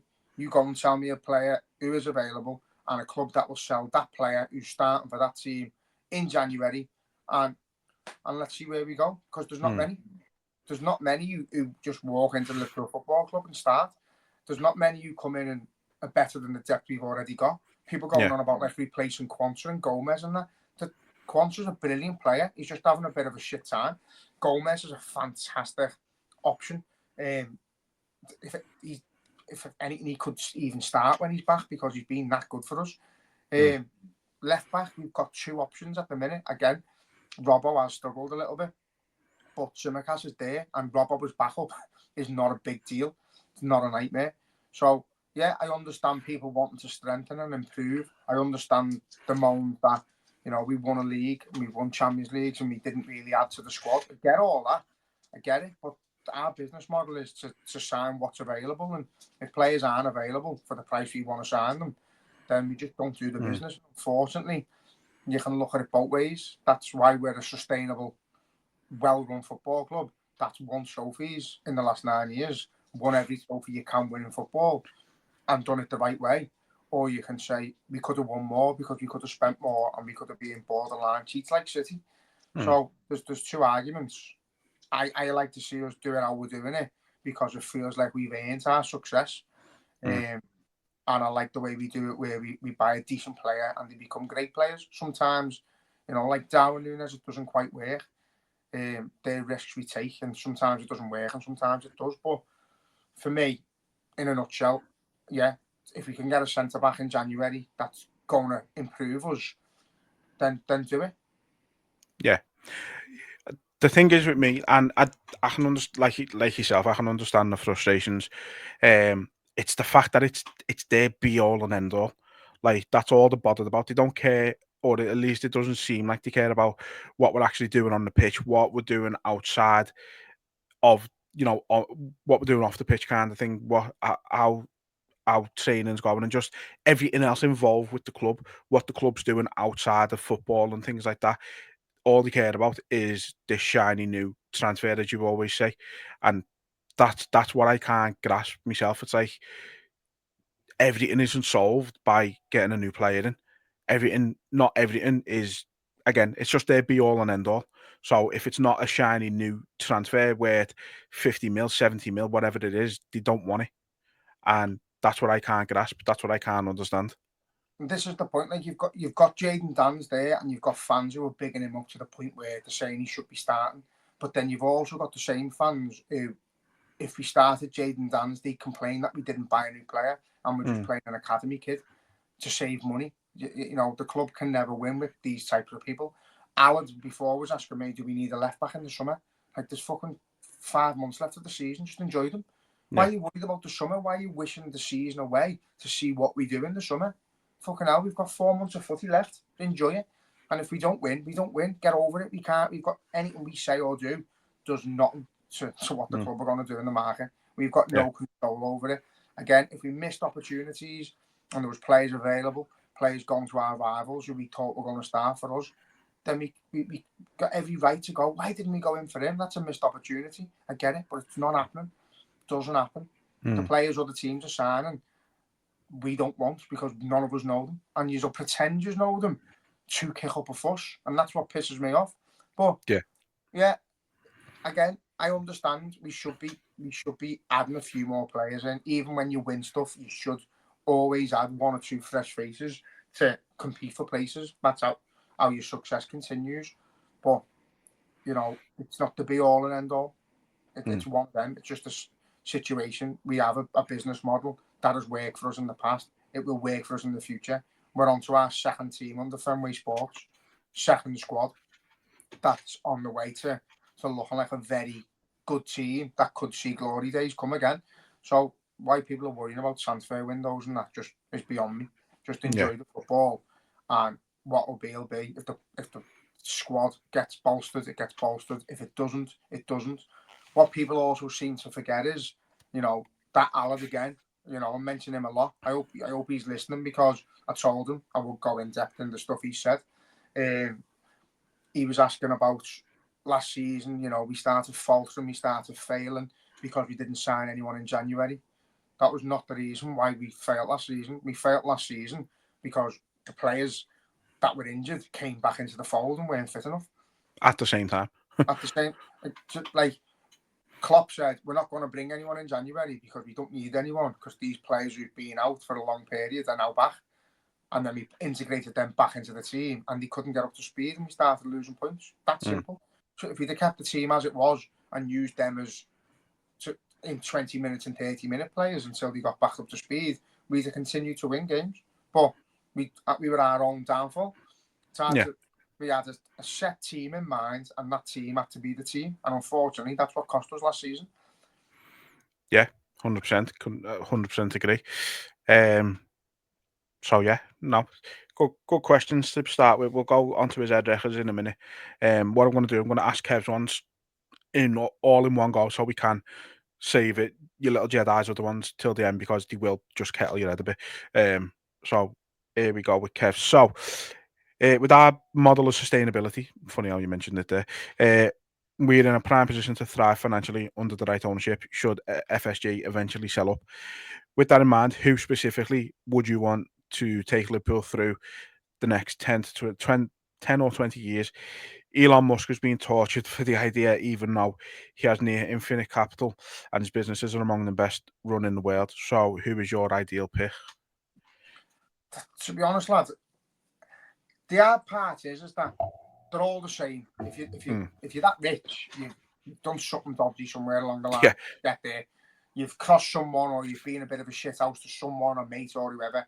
They're all the same. So I don't think it matters who owns us. I think you'd have again. E-Reds would be delighted with Elon Musk. They wouldn't give a fuck about morals or anything like that. The same as if you had someone from Saudi Arabia. If blood on your hands, they wouldn't give a fuck as long as we were spending money. My issue is you can only spend what you generate. So it makes no difference how much, if I had a business that generated enough to buy Liverpool and buy a few players, but I had 4 billion, trillion, million in the bank, it wouldn't make a difference because I can't do anything with it. The laws are too strong now, especially with the way Man City is being collared. So, purses are tight, the rules are tight. So I don't think it matters how much an owner owns anymore. I think your club has got to generate what it generates and it can spend what it generates. That's simple. I think the days of like faking sponsors and all that are surely gone. There'll be loopholes somewhere, but I don't think it really matters. I think in large, Fenway Sports have been brilliant owners in the sense of we are sustainable. If they walk away tomorrow, Liverpool Football Club is in no debt. It's secure, it's safe, and all our assets are our own. It's one of them. The stadium is ours. The players are ours. Everything belongs to Liverpool Football Club. And yeah, they've made decisions where they've fucked up, and they've made decisions where they've had no morals, and they've tried to put ticket prices up, and they've tried to furlough staff and claim money off the government. But again, any business would, because they're multi-billion-pound business. That's why they are, because they're not asked about doing things that are deemed wrong. Questionable, yeah. Yeah, if you can claim money back off a government, no matter what situation your business is in, you're doing it. Amazon are fucking not paying no tax because they get away with it. So, millionaires will do anything to save a penny. I work in people's houses who've got more money than the people who've got no carpet down. And it's the people with no carpet down that are trying to give you the tenner for a pint. Do you know what I mean? The fucking millionaires don't give you a fuck all. They get the job done and then you see it on your way. Yeah. You know what I mean? It's just businesses like that. It's fucking harsh, and the ones with all the money couldn't care less about morals and that. But long story short, under Fenway Sports' watch, we've won absolutely everything you can win in football, doing it their way. There's no questions asked about how we won trophies. We won fairly. The trophies are ours. They can never be taken off us. And it would be lovely for them to inject a bit more cash into us and spend a few quid more on players. But I largely believe that a lot of the decisions not to sign players has been down to management and differences in opinion on what's an ideal player and what's not. And that's where I'm at with it. I just think there's been too many conflicts of interest when it's come to a player. Too many people involved in stats on individual players and stuff. And Klopp had all the power at one point, and he made it quite clear that he'd sign players that fitted what he wanted. You know what I mean? So I think there's a lot more into it than just that player's good, sign him. I think there's a lot more that goes on, and for 10 years if Fenway Sports are going to manage us. We won the league this year and the Champions League. Fucking please. The ownership wouldn't be questioned again. So I just it's a tough one. I think the short answer for me is the ideal person doesn't exist. In an ideal world, it's fucking someone like me or you with 25 billion in the bank, buying the club that we love, coming from the city, knowing what the club's about, knowing what the city's about.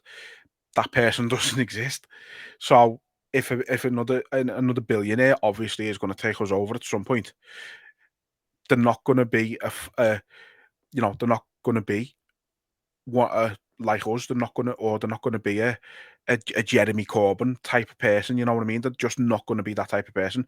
They are, like you said, going to have done something questionable somewhere along the line. It's just, where do you draw the line? And for me, I draw the line at the likes of Elon Musk and the likes of these Saudi Arabians and oligarchs from Russia and things like that. That's where I personally draw the line. So, like I say, the short answer, sorry, is just the ideal person doesn't exist.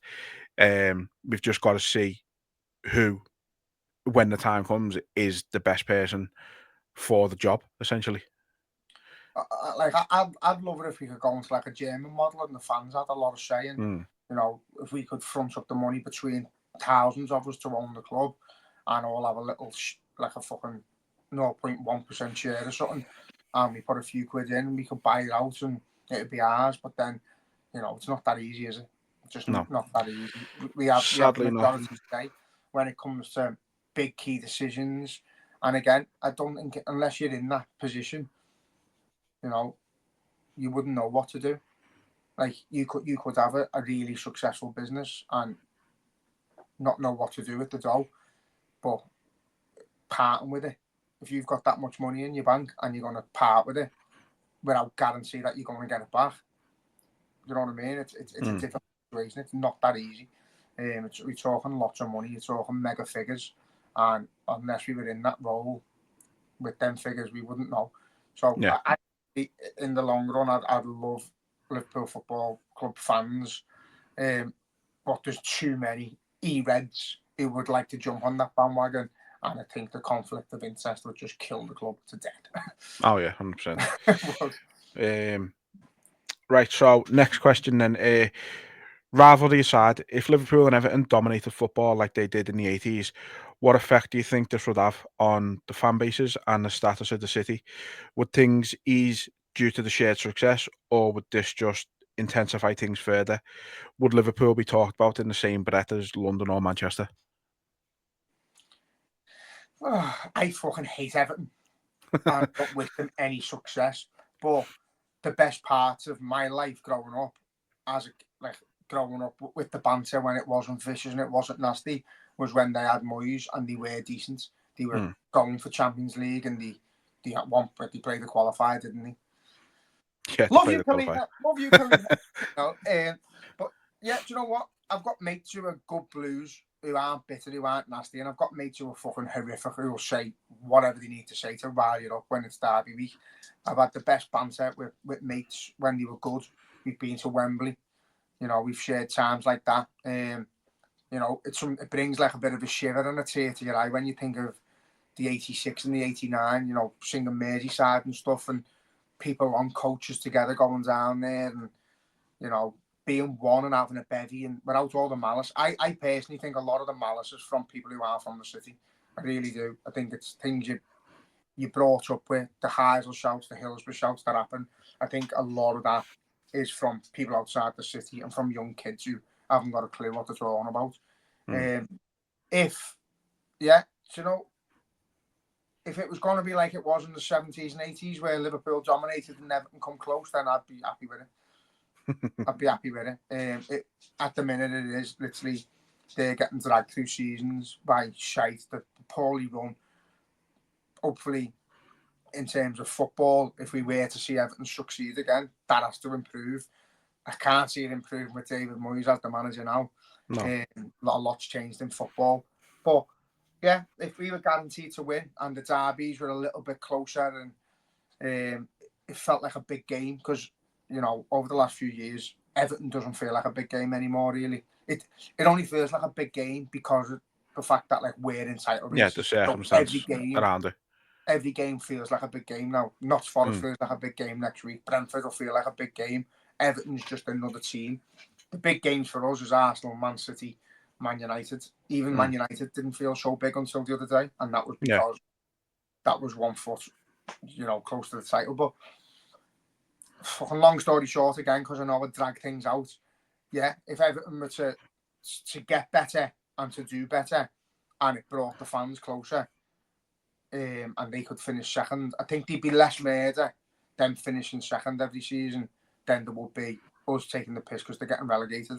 But from personal point of view, I don't get any text messages from Evertonians anymore.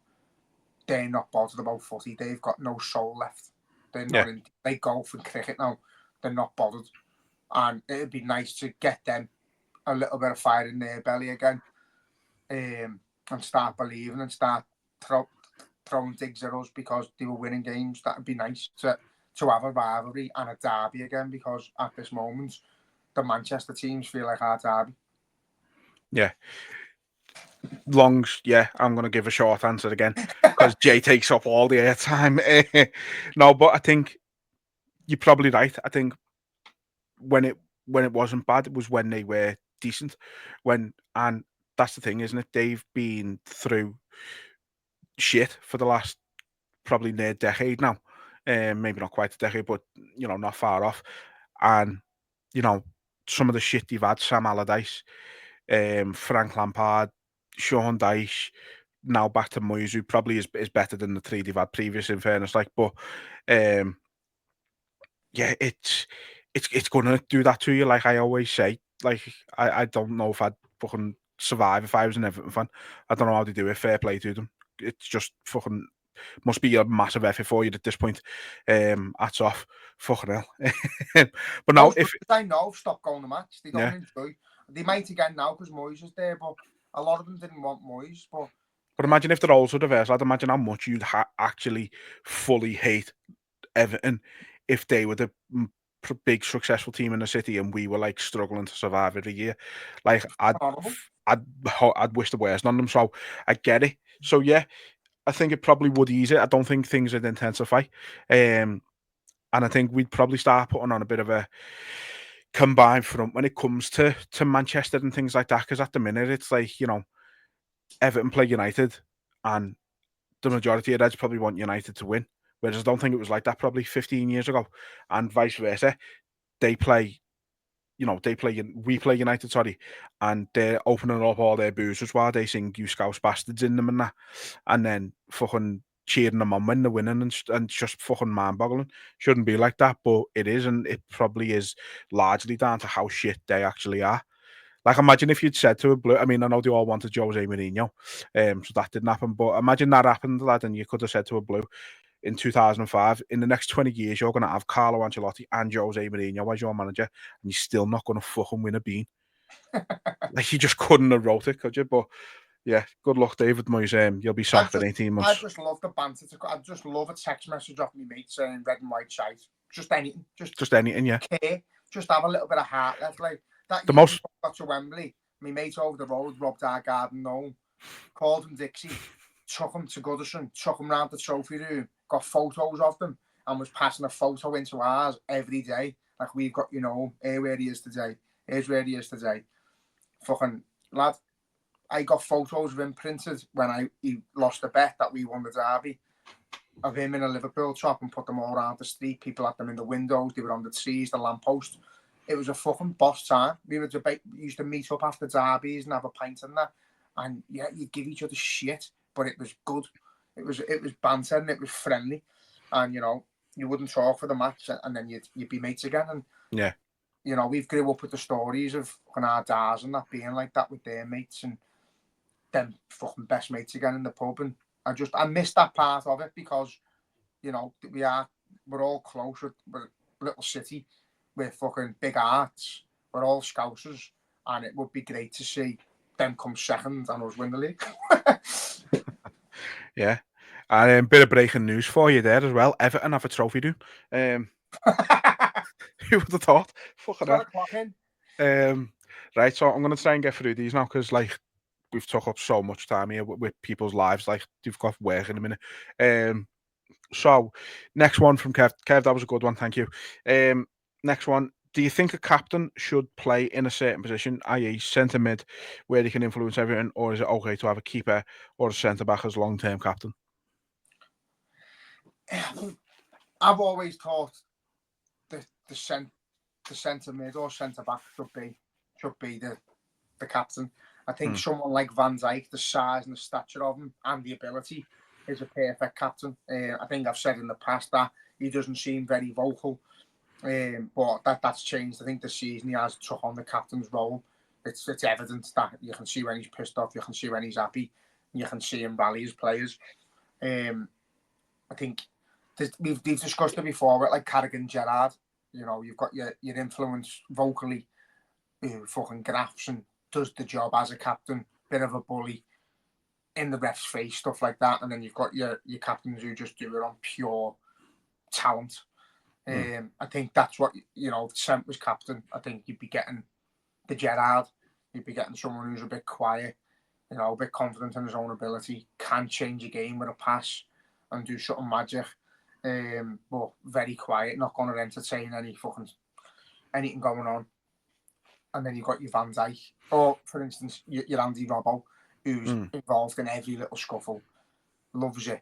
He's going to scream at his players. And yeah, I think it just matters on personality more than position. But personally, I've always preferred like a centre mid or a centre back. Yeah, I think for me, as long as it's, I prefer someone like in the spine of the team. So like, I think it's fine if it's a keeper, centre half, centre mid. Striker, maybe not so much. I think you do get the odd exception to it, like Harry Kane for Tottenham made sense as a captain for a little bit. Alan Shearer made sense as captain for Newcastle.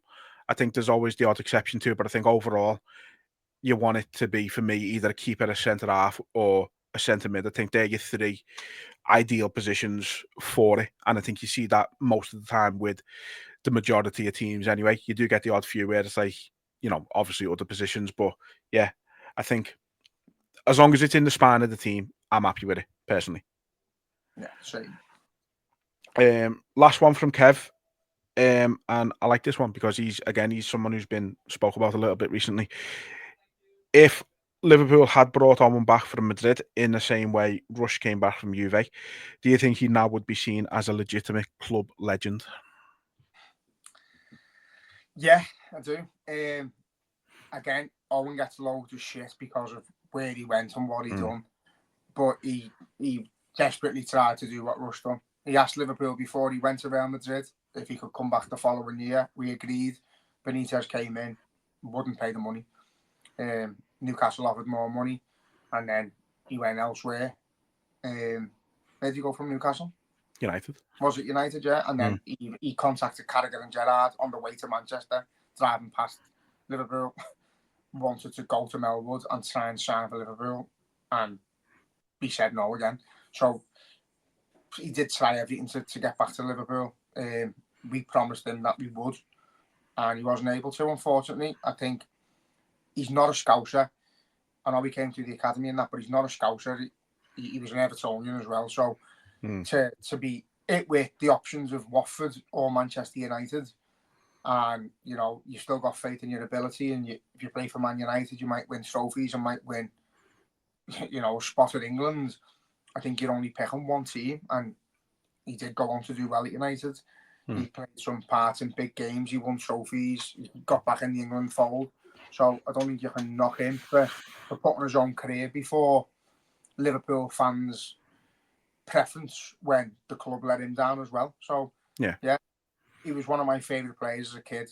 I think his talent gets undermined because of the decisions he made to leave and to sign for United. But some of my favourite times and favourite goals would be Michael Owen. And I think we need to sort of remember him as the player he was and not the person we think he is, because he was fantastic. We still give Torres the benefit of the doubt when we see Torres goals and that. No one puts, oh, he's a cunt him. we just put wow, Hmm. and that was Fernando Torres. That's what we remember. I think it should be the same with Owen. I think that the highlights of that FA Cup game against Arsenal, and you know, they should be clips that get put about more often because it was just magic. And yeah, I think like that's still my of the FA Cup finals we've won that I can fully remember. Like that's still as good as the Gerrard final was. That is still for me the one. Like just because of the way the game went. I always say it, like, you know, Arsenal were like proper Arsenal at that point, where the best team in the country by a comfortable distance, really. And you know, they battered us all game, and then out of nowhere, Owen just pops up and done exactly what he used to do for us time and time again.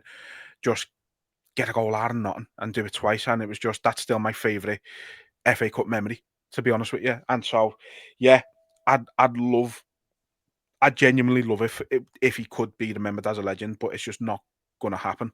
And it is a shame because, like you say, what he'd done for the club at a time when, you know, for large parts of his time at the club, he was the sort of one world-class player. Obviously, I think Robbie Fowler had his prime sort of taken away from him with injury. And then obviously you had the emergence of Gerrard in that time.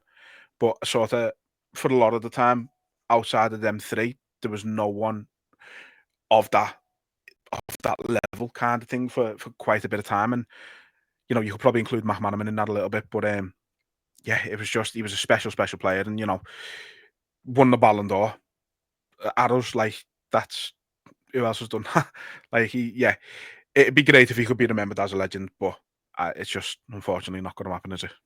I think it is harsh as well because it's not like he went from Liverpool to United on a free and you know got his contract down. We got Joe off Real Madrid for him. He didn't do a McManaman in that sense. He told us, he made it clear he wanted to go to Madrid. He communicated. He physically, personally asked if he could go for 1 year. Two at the max. I've read the conversations he's had, and you know it was all set that he went and he come back. We were meant to have been able to pay like 15, 16 mil for him or something, and I think we offered 11 and Newcastle went 15 and we wouldn't match it. Yeah, and it was like desperate, and it was a case of sit on the bench for Madrid and not play for England again, or go to Newcastle and sign, resurrect your career. And again, you know, sometimes you've just got to do what you've got to do. If he'd have gone from Liverpool to Manchester United on a free, then absolutely hate his guts. But the lad tried everything to get back. I think he's a fucking helmet, I'll be honest. I think he's an absolute gobshite. I think he's a terrible pundit. I think he was more interested in England and horses than he was ever Liverpool. But doesn't take away the fact that he was a fucking phenomenal striker. And, you know, fucking world class, gave us Bosch memories that people see them as hindered. And since reading what he said about the Rush situation and wanting to come back and sign everything to come back, my negativity towards him has gone because, you know, he tried everything to get back to Liverpool and he made football decisions based on what was available. So, yeah, can't really knock that. No, you can't. You can't. Kev, thanks for the questions. Very, very good. Very in depth as always. Right, so we need to wrap up soon. So it's hard saying that when you come to these ones now. You got the last two from your little Jedi. These are the head kettlers. So let's just get into it. So shit hits the fan at AXA. Trent has put posters of Jude everywhere and keeps power necking them every time he walks past. Nunes keeps throwing darts at a picture of Jaden Dan, so Dan's is scared to go to training. Arne has been caught secretly wearing Elvis wigs in his office, and Kelleher has been overheard whispering to himself, "Who are up there?" The club is begging for people to go in and calm the storm before it gets out of hand. People connected to the club who are widely respected, but also hard as fuck. The Annie Road Avengers. Pick 4. Who do you send? Who do you think they should send in? Fucking hell. I've just seen Arnie with his wig on. Fucking hell. Right, so 4 hard knocks Liverpool. who would get the job done. So, I'd yeah. go. So I don't think they necessarily have to be players. So I think they can be fans. They can be whoever you want. No, I'm going to go for players, so I'm going to send in Graham Souness. Yeah. For the Standard. He'd be aggressive. I'll send in alongside him little Sammy Lee, because he'd be aggressive and he'd Little talk ankle biter. often. Yeah, and he'd like a little Jack Russell. I'd send in Steven Gerrard for the rationale, to have a word with the likes of Trent and make him see what he'd be missing if he leaves. And Kenny Dalglish. So no one can understand the word he says, and everyone just stops to listen what the others say. Fair enough. Okay. So I'm going to try and mix mine up a bit, not go with just players if I can help it. But I'm going to go Ron Yates, because fucking big massive bastard. I'm gonna go Souness as well. I think you got to throw Suey in there.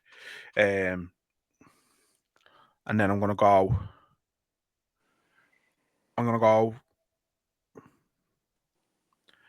Carragher, because I think he would just be a scrapper, fucking growing up in Bootle. Like he's definitely had scraps on the way to training and that before, I can just see it. And then who's my last one going to be? I'm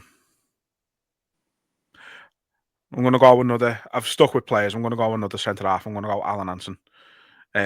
Because again, just like Ron Yates, it's just having two fucking brick walls there. And if I can sneakily include a fifth, I'm going to throw Philly Carragher in there just for a laugh. Sing Ring the Fire and set the mood. Yeah. Mad how none of us have said fucking like David Price or not, and then like an actual fucking heavyweight boxer. I know. Just sending him on his own. I know, yeah. By fucking Darwin Núñez, probably. You know what I mean? I know it's a mad question, and I know obviously fucking hell, the Trent one could happen. I think he has got posters of built up. I think the thing with Núñez and Jadon Danns, that's what I forgot to say about Núñez, is that even though he's struggling himself, how happy he was for Danns, how happy he was for the other players to score, the big smile on his face when we're winning games, you know, he's not affected by others doing well, and that's nice to see. But I think in terms of like the likes of your Trent situations and that, it'd be nice if the likes of Gerrard and Carragher were contacting him behind the scenes, saying, listen, lad, you know what these fans are like, you know how good it can be when it's good, but you know how bad it can be when it's bad. So if you don't want to walk around West Derby with your head held high again, then by all means, fucking let your contracts run down and don't come back to the city, because you know what they're like. Yeah. And I think that's the way it's going to play out. I think he's going to need a voice in the ear. He might not even need that. He might have already made his mind up. You know, there's rumours of Mars fucking begging him to stay anyway. She loves it here. She wants to stay and you know, continue to plod on around the area. So, yeah, I think it'd be nice. The likes of, if ex-players and ex-managers got in players' ears nowadays, I think if Robbie Fowler could get a job as a fucking coach and get Núñez in on a crash course, I think you can only benefit. And I think that's the little thing I miss about the old days, is that the ex-players aren't as influential anymore. Yeah, it's obviously, they're all, you know, there's more jobs for them these days. That's the thing, isn't it? Like, it's not, there's no real room. Not there's no room, but there's probably no room in their schedules for stuff like that as much as there would have been maybe, you know, 10, 15 years ago. You know, Fowler made a joke the other day saying he's the only unemployed like fucking ex-Red. Oh, no, yeah. Outer, as he said. But I think, why not? Like, if you're... I've always said it. I've always said bring him in. Bring Torres as a coach now. Bring Torres in. Bring Fowler in. Bring someone in to work with him as a striker. I think Chelsea Torres works with Núñez. I know, yeah, he's got his boots on. Yeah, no, it's something I've questioned and thought would be a good idea for a long time, but obviously the club don't see the same as us, do they? So, but we've got Taffarel working with the goalkeeper. Allison, yeah. You know what I mean? So I think realistically, if you've got it's the same with management. If you've got a manager who's won nothing in football and he's telling you what to do, like some top players are going to go, who the fuck are you talking to? Like, who are you? What have you done? You know what I mean? And it's the same with the coaches. You've got a striking coach who played for fucking Tranmere or someone, and you're like, how can you show me what to do? I mean, you say that, but then look at John Achterberg. We had him for what, 15 years? I know, for fucking 12 of them years, he got all the flack when the goalie's done anything. I know, yeah. But he was obviously very good at his job, otherwise he wouldn't have stayed at the club for 15 years. So it's a difficult one. I know where you're coming from with it, but it's just yeah. I don't know. Maybe they will do something like that moving forward. Farley can fucking just contact the club himself if he wanted to, I suppose. But just turn up at training, just say I'm playing. Yeah, give me a contract. That yeah. Anyway, last one then. So you've walked in on your bed with another man in bed, but the man in bed is a Liverpool player. Which player would it need to be for them both to have your blessing? I'd be letting Salah do whatever he wants, and I'd make the bed after him personally.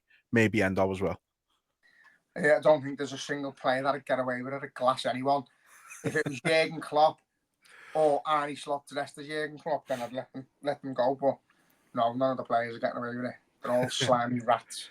Well, that's the thing. Like, you know, I'm not even going to say what I was going to say there, but no. If it guaranteed that he signed a new contract, then fucking let Salah or Virgil have a go. But other than that, no, I agree with you. Right, so yeah, they were the questions that we had. Gonna wrap it up because we're on nearly an hour and 50 minutes now. Longest one we've probably ever done. It's a catch up, isn't it? Yeah, we've had to catch up. It's been like a good month probably since we've done one, so it was needed. So I appreciate anybody who is still listening. An hour and 50 fucking minutes into it. You're an absolute trooper, and we love you. That being said, we are gonna, as I say, wrap it up there. We'll talk about the Forest game after it. There's not really too much to sort of talk about except they're flying.